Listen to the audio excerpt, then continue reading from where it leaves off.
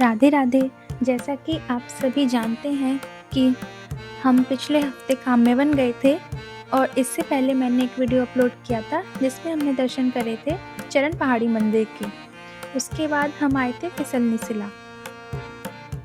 ये फिसलनी शिला है। यहाँ पर भगवान अपने ग्वाल बालों के संग खेल कूद करने आया करते थे और यहाँ पर फिसलते थे। अभी आप देख रहे हैं पापा को जो यहाँ पर फिसल रहे हैं।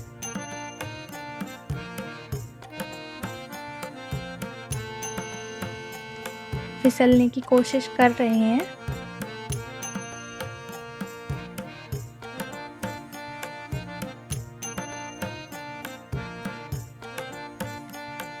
तो ये दिव्य स्थान है फिसलनी शिला।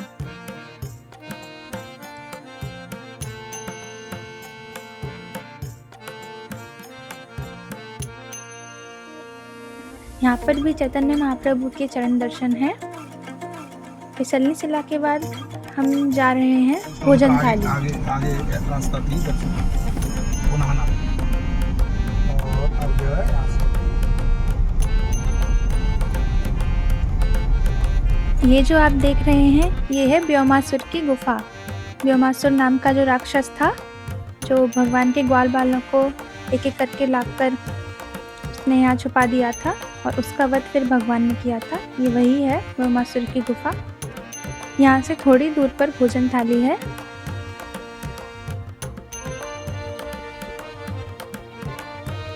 अब हम मुड़ रहे हैं भोजन थाली के रास्ते पर।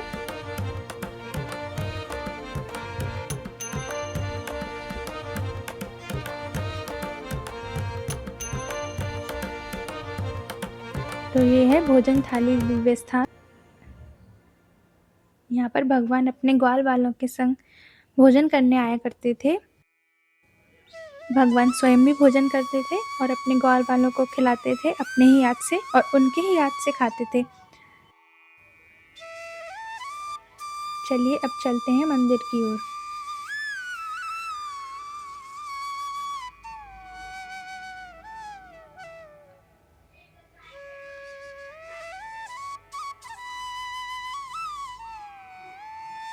यहाँ पर ये मंदिर है और भगवान श्री राधा कृष्ण के दिव्य दर्शन है और उनके ही सामने नीचे ये आप देख रहे हैं पत्थर से बना हुआ भोजन थाली। अब हम आगे चलते हैं।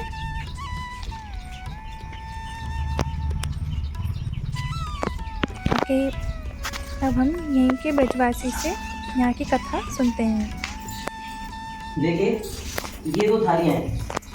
ये भगवान कृष्ण की थाली है कन्हैया की, ये छोटी वाली है, और बड़ी थाली है बड़े भैया बलराम जी की। दो कटोरे हैं, ये भगवान कृष्ण का है छोटा वाला और बड़ा कटोरा है बलराम जी का। ये वो पात्र हैं जिन पात्रों में हमारे ठाकुर जी ने भोजन किया। कृष्ण बलराम ने ठाकुर जी के घर में क्या कमी थी? कोई कमी थी? नंद के लाला 9 लाख गैया ठाकुर जी के घर में, सोने चांदी के पात्रों में भोजन करने वाले ठाकुर जी कृष्ण कन्हैया। और लीलाधर की लीला देखो कि कामवन धाम इंद्रसेन पर्वत पर स्वयं ठाकुर जी ने पाथर के पात्रों की रचना की है अपना भोजन करने के लिए। इन पाथर के पात्रों में ठाकुर जी ने अपना भोजन किया है। क्यों? किस कारण से? ठाकुर जी के घर में ये जो शिलारूप का दर्शन कर लो आप, भगवान श्री राम की पूर्वज भक्त शिरोमणि कृष्णावती मैया शिलारूप में त्रेता युग में भगवान विष्णु की आराधना की है। एकादशी व्रत का पारण किया है कृष्णावती मैया ने। वरदान मांगा है कि मैं पत्थर की शिला बनूं ठाकुर जी और आप बाल रूप में मेरे ऊपर विराजमान होकर के भोजन करो। आपके मुखारविंद से जो झूठन गिरेगी उस झूठन के स्पर्श से मेरा उद्धार हो। त्रेता युग में भगवान विष्णु को मर्यादा के बंधन में बंधना था। भगवान श्री राम के रूप में धरती पर जन्म लेना था, तो त्रेता युग में भगवान विष्णु माता रानी की मनोकामना पूरी नहीं कर सकते थे। वैकुंठवास दिया है त्रेता युग में भगवान विष्णु ने माता रानी को, और वचन दिया है कि द्वापर युग में माता रानी जब मैं कन्हैया के रूप में जन्म लूंगा ब्रजमंडल में, तब आप कामवन धाम इंद्रसेन पर्वत पर भोजन स्थली, इसलिए इस स्थान का नाम पड़ा है भोजन स्थली, भोजन स्थली नाम की शिला के रूप में विराजमान होंगी। और मैं नंद गांव से आऊंगा, गैया चराता हुआ बड़े भैया बलराम अपनी मित्र मंडली के साथ माता रानी में आऊंगा आपकी भक्ति भाव को नमन करने के लिए। तो 5 वर्ष की अवस्था ही छोटो सो लालाओ कन्हैया नंद गांव से आए ठाकुर जी गैया चराते हुए।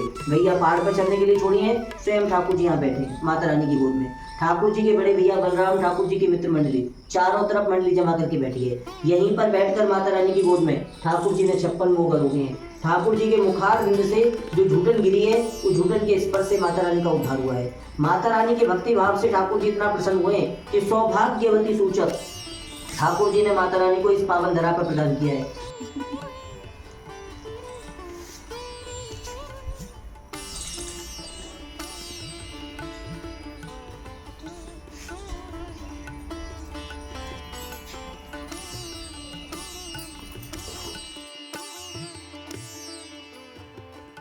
यहाँ पर यह हनुमान जी का भी मंदिर है।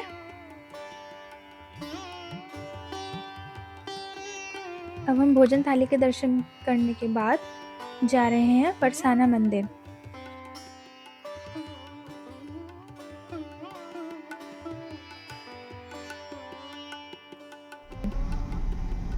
और ये जो आप देख रहे हैं ये है ऊंचा गांव, राधा रानी की सखी ललिता सखी का गांव। वो जो गोल्डन कलर का आप मंदिर देख रहे हैं यही यहाँ का मुख्य मंदिर है।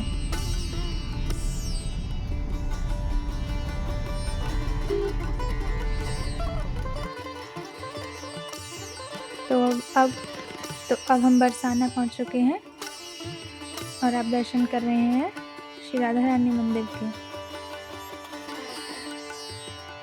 तो ये हरियाली तीज से एक दिन पहले का दिन है। उसके बाद हम अपने घर आ गए थे। फिर अगले दिन हमने हरियाली तीज मनाई और भगवान का हिंडोला उत्सव भी आज से शुरू होता है, तो हमने अपने भगवान को झूला भी झुलाया। तो आप सभी भी दर्शन कर लीजिए।